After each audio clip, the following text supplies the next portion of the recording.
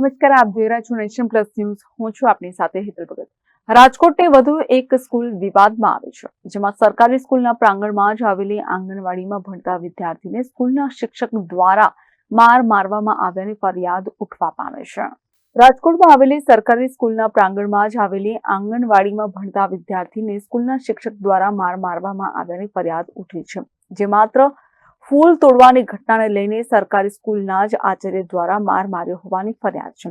તાવ આવી જતા વાલી દ્વારા સ્કૂલમાં આવી ફરિયાદ કરવામાં આવી છે, જેમાં શાળાના પ્રિન્સિપાલ ધર્મિષ્ઠાબેન જગોડિયાએ આ સમક્ષ નિવેદન આપ્યું છે. રાજકોટના આકાશવાણી ચોક નજીક આવેલી શાળા નંબર 92માં એક શાળાના પટાંગણની અંદર એક આંગણવાડી આવેલી છે. એટલે ક્યાંક ને ક્યાંક જે શાળા નંબર 92ના પ્રિન્સિપાલ ધર્મિષ્ઠાબેન છે, તેમને એમ કે પ્રકારે આંગણવાડી ખાલી કરવા માટે અનેક મહાનગરપાલિકામાં રજૂઆત કરી છે. આંગણવાડીની અંદર 40 થી 50 નાના ભૂલકાઓ અભ્યાસ કરે છે. એટલે નાના ભૂલકાઓને વોશરૂમ જવું હોય તો આશા વર્કર બહેનોને પ્રિન્સિપલ દ્વારા અવારનવાર કહેવામાં આવે છે કે તમારો સેપરેટ બાથરૂમ રાખો, આ તમારા કોઈના બાપનો છે, અમારે સાફ કરવાનો. એમ કેમ પ્રકારે નાના બાળકોનો વાક શોધી અને આંગણવાડીની અંદર જઈ અને રાડા બરાડા પાડે છે. વાલીઓ અને આશા વર્કરોને ધમકાવવામાં આવે છે. ગઈકાલે એવી વાત થઈ કે 3 વર્ષનું બાળક વોશરૂમ ગયું હતું અને વોશરૂમ થી આવતા સમયે એક છોડનું ફૂલ કર્યું હતું. એટલે પ્રિન્સિપાલ મેડમ ડાયરેક્ટ આંગણવાડીમાં આવી અને આશા વર્કર બહેનોને કીધું કે આ મોબાઈલની અંદર રહ્યું બાળક કેવું છે એમ કરી અને ખુરશીઓ નીચે પચાડી રાડારાડી કરવા માંડ્યા અને નાના બાળકને ગાલ ખેંચી અને ફડાકો ઝીકી દીધો. એટલે ગઈકાલે વાલીનો મને ફોન આવ્યો કે મારું બાળક ઘરેથી આવીને સાવ ઢીલું ઢબ થઈ ગયું, તાવ આવી ગયો છે અને 2 ટાઈમથી જમતું નથી. આજે તમે જોઈ શકો છો કે આંગણવાડીમાં 50% બાળકો નથી આવ્યા. ક્યાંક ને ક્યાંક પ્રિન્સિપાલના હરકતને લીધે જે નાના બાળકો 3 થી 4 વર્ષના હોય એની માનસિક અસર ઉપર કેવી અસર થતી હશે. નાનામાં નાના બાળકોને શું ખબર પડે, એ તોફાન કે ભૂલ ન કરે તો કોણ કરે. અને પ્રિન્સિપાલ દરજાના વ્યક્તિ આવી રીતના હરકતો અને આવી રીતના નાના બાળકો સાથે વર્તન કરે અને રાજ્ય સરકાર કે મહાનગરપાલિકાએ એક પટાંગણની અંદર આંગણવાડી અને સ્કૂલ આપી, એમાં નાના ભૂલકાઓનો શું વાંક? આંગણવાડીના બહેનો અને પ્રિન્સિપાલ વચ્ચે કોઈ મનભેદ કે મતભેદ હોઈ શકે, એમાં નાના ભૂલકાઓને તમે ગુસ્સે થાવ, એને મારો એ કેટલું વ્યાજબી?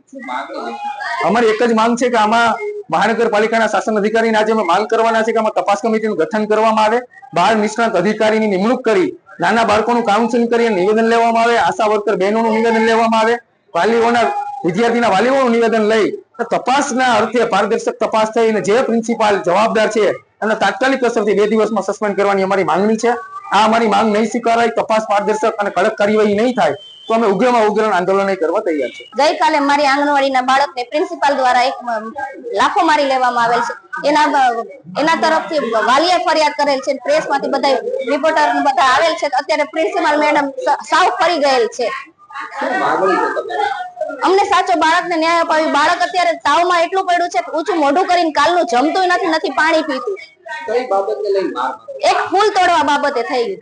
બનાવમાં એવું બનેલું છે કે બાળકો છે ને એક સાથે, નાના બાળકો છે 3 થી 5 વર્ષના આંગણવાડી કેન્દ્રમાં, પછી બાલવાટિકાથી 8 ધોરણના મારે અહીંયા 250 બાળકો છે. પ્રાઇમરી સ્કૂલ શિવ શક્તિ પ્રાથમિક શાળા નંબર 92માં. હવે અમારે અહીંયા ટોયલેટ બાથરૂમ છે ને કોમન છે દીકરા દીકરીઓના.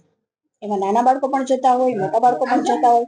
એટલે વારંવાર આંગણવાડી કેન્દ્રના બહેનોને સૂચના આપેલી છે કે બાળકોને એક સાથે જવા દેવા નહીં, કારણ કે ભૂતકાળમાં ઇસ્યુ બનેલા છે કે નાના બાળકોને મોટા બાળકો હેરાન કરી શકે, દીકરા દીકરીઓના પ્રશ્નો થાય. અને સાથે એવું પણ બને છે કે આંગણવાડી કેન્દ્રમાં વાલી છે બેઠા રહે છે. શરૂઆતનો ટાઈમ હોય ને કે બાળક પહેલી વાર આવ્યું હોય ત્યારે આપણે બેસવા દઈએ, પણ ધીમે ધીમે પછી વાલીને એવી ટેવ પડી જાય કે મોબાઈલ લઈને બેસવું, વાતોચીતો કરવી, બાળકોમાં ધ્યાન ન આપવું. એટલે વારંવાર સૂચનાઓ આપેલી છે આંગણવાડી બહેનોને કે આ બંધ કરો, વાલી અહીંયા રહેવા જ ન જોઈએ, તો જ બાળક છે અહીંયા ટેવાશે.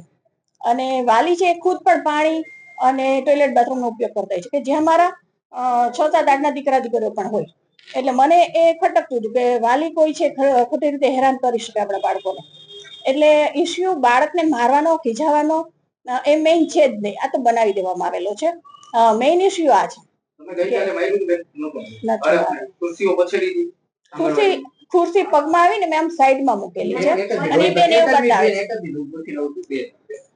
એવું બતાવે છે, કે પછાડે.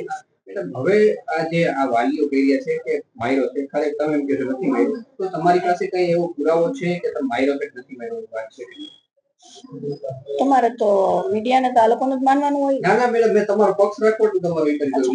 હું તમારો પક્ષ તમે શું લાગે છે કે બાળકો કઈ તોફાન કરતા એમના શિક્ષક અને એના વાલી ખુદ ઉભા જ કહે છે કે મારો બાળકો એકદમ તોફાની છે, બરાબર, અને કોઈનો ગાલ આમ ખેંચે ને તે માર્યું ન કહેવાય. એવડા બાળકોને અમે ગાલ ખેંચીને સમજાવતા હોઈએ છીએ કે કાન પકડીને સમજાવતા હોઈએ છીએ. અને હવે એ વાત કરીએ કે 3 ફડાકા મારી દીધા તો એ બિલકુલ ખોટી વાત છે. બાળકને ખીજાવવું એ જરૂરી છે શાળામાં શિસ્તમાં રાખવા માટે, અને એટલે શિક્ષકોના હાથ બાંધી દીધેલા છે. મારવાની મનાઈ જ છે, મારતા પણ નથી. ખીજાવવું પડે, જોશથી ખીજાવવું પડે. નોર્મલ વાત કરતા જોશથી બોલીએ તો બાળકને અલગ જ લાગવાનું છે. અને મોટા બેન આવીને ખીજાય ને તો એ બાળકો ખરેખર સમજી જાય છે. અને હું આંગણવાડી કેન્દ્રમાં રોજે એકવાર જાઉં જ, બેન ખુદ એમ કે બેન આવીને ખીજાશે અને બાળકો ખરેખર શિસ્તબદ્ધ બેસી જાય. હવે પ્રશ્ન છે આંગણવાડી બહેનોને છે, એટલે એમણે મીડિયાને જાણ કરી છે. વાલી તો કાલે મને ખુદ મળીને ગયા અને એમણે કીધું કે ના બરાબર છે, ખીજાવવું તો પડે જ બાળકને, કારણ કે અત્યારે એ બેન નતા, આ બેન હતા જ, આ બેન હતા જ, મળવા આવ્યા તે વાલી અલગ હતા.